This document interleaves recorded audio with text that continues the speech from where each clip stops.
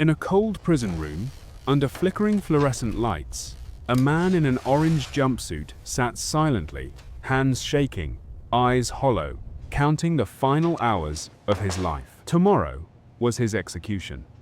But before he died, he made one final request. Not for food, not for forgiveness, not for freedom. He asked to see his dog.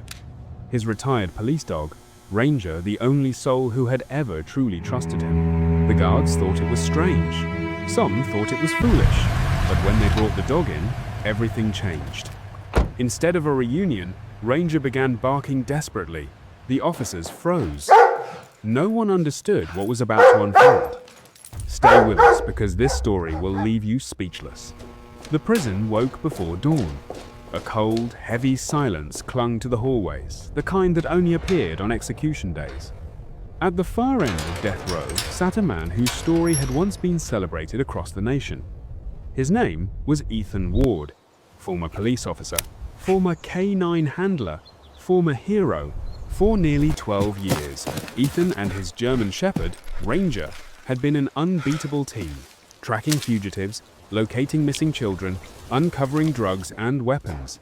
Their bond was legendary. Officers admired it. Criminals feared it. Then one night, everything ended. The official story. Ethan Ward murdered a fellow officer during a routine raid. Shot him at close range. No witnesses, no warning. When backup arrived, Ethan was kneeling beside the body, blood on his hands, weapons still warm. The media tore him apart. His badge was stripped before he could speak. But the detail that made his guilt seem undeniable, the detail that disturbed everyone most, was Ranger. The dog had been found standing over the body, barking frantically at Ethan as officers dragged him away. To the world, it looked like the loyal K9 was accusing his own handler. The prosecution used that image relentlessly. If the dog didn't trust him, why should we?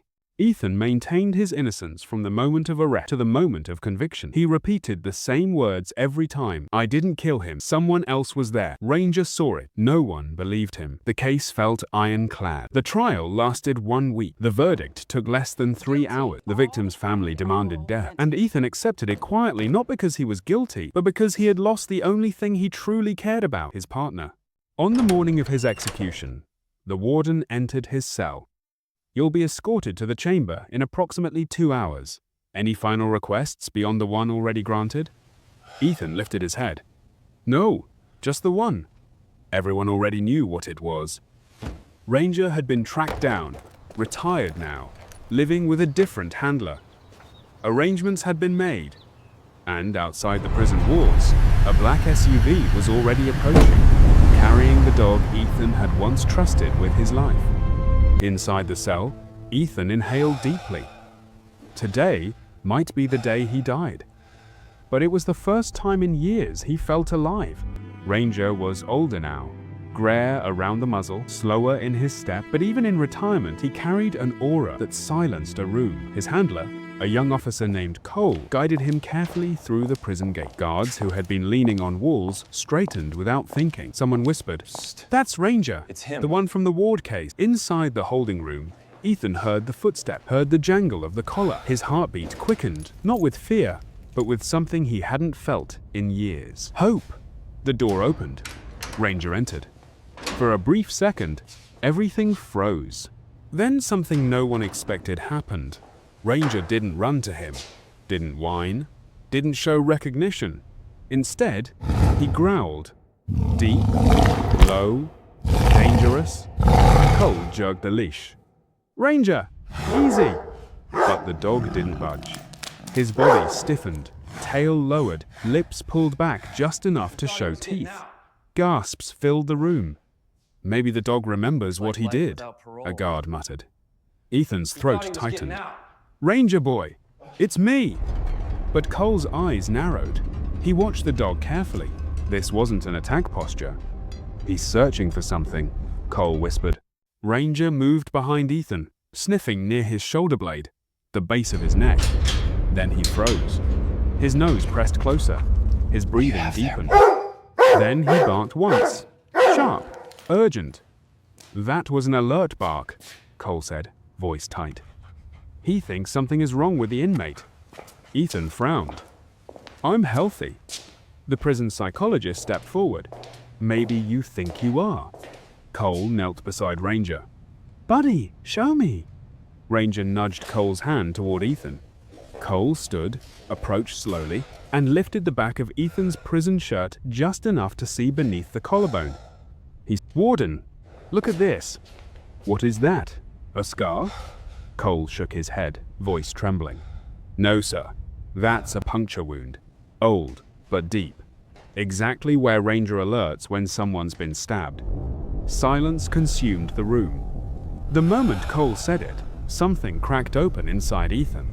A memory he'd spent years trying to reach, always flickering, always slipping away, suddenly surfaced. The warehouse.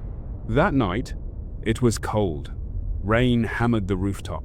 Ethan moved through the shadows, with Ranger padding silently beside him. They were responding to a tip, stolen weapons, possibly a gang meetup. But the warehouse felt wrong, too quiet. Ranger stopped suddenly, blocking Ethan's path, growled low. Then everything exploded. A figure dropped from the rafters, hitting Ethan so hard his flashlight flew across the floor.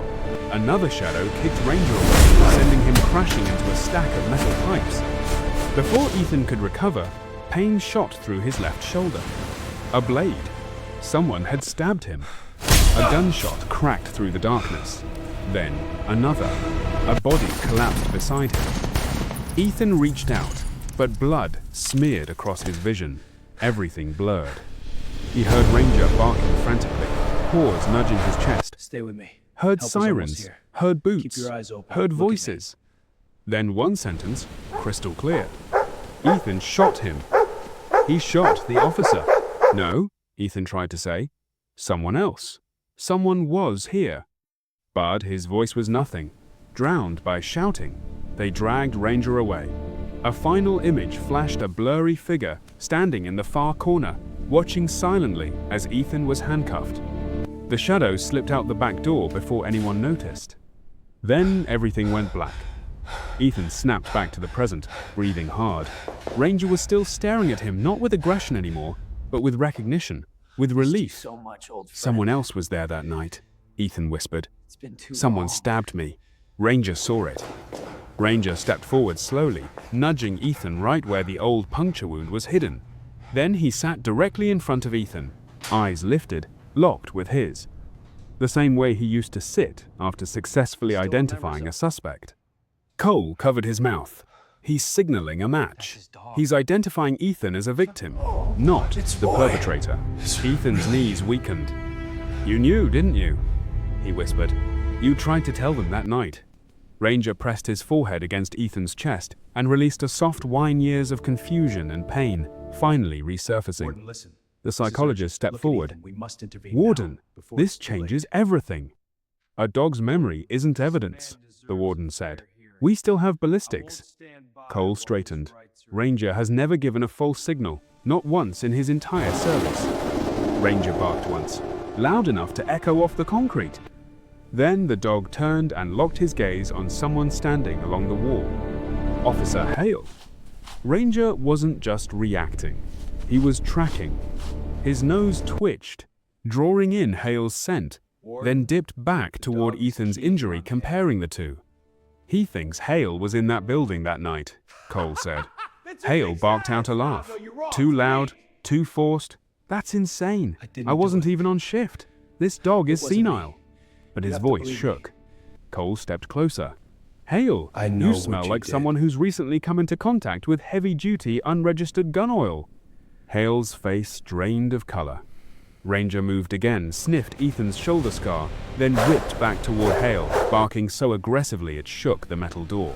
Then a flashback hit Ethan like lightning, a hand gripping his collar, a glint of a blade, a face leaning close, a hissed voice. No, I can't. Stay quiet, or the dog dies. You. Ethan staggered.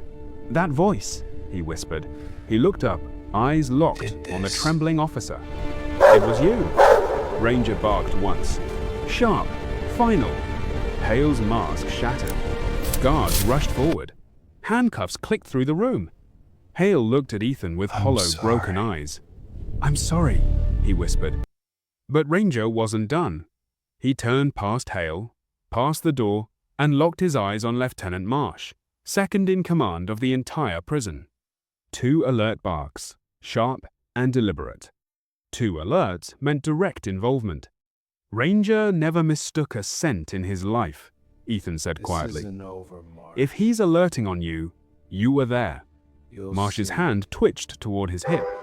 "No, don't!" Ethan shouted. Ranger moved faster than anyone expected. The old German Shepherd lunged, slamming into Marsh's wrist, knocking the gun loose. Guards tackled Marsh to the wall. Your time is up. Ethan looked at the man pinned beneath the weight of his own lies. "It wasn't Hale who killed that officer. It was you." Ranger let out one final bark, sharp as a verdict. Marsh eventually spoke. "He had no other choice. You were never supposed to be in that warehouse, Ward. It was an off-the-books operation shortcuts that made our numbers look good. The department loved the results and never asked questions. And the officer who died? We needed a scapegoat, someone the public admired.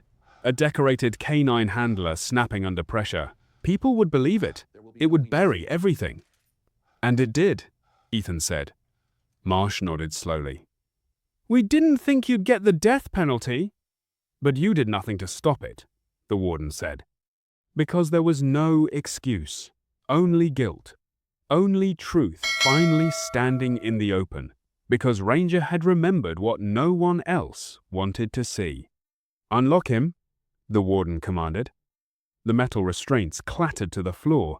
Ethan flexed his hands slowly, as if reminding himself they were his.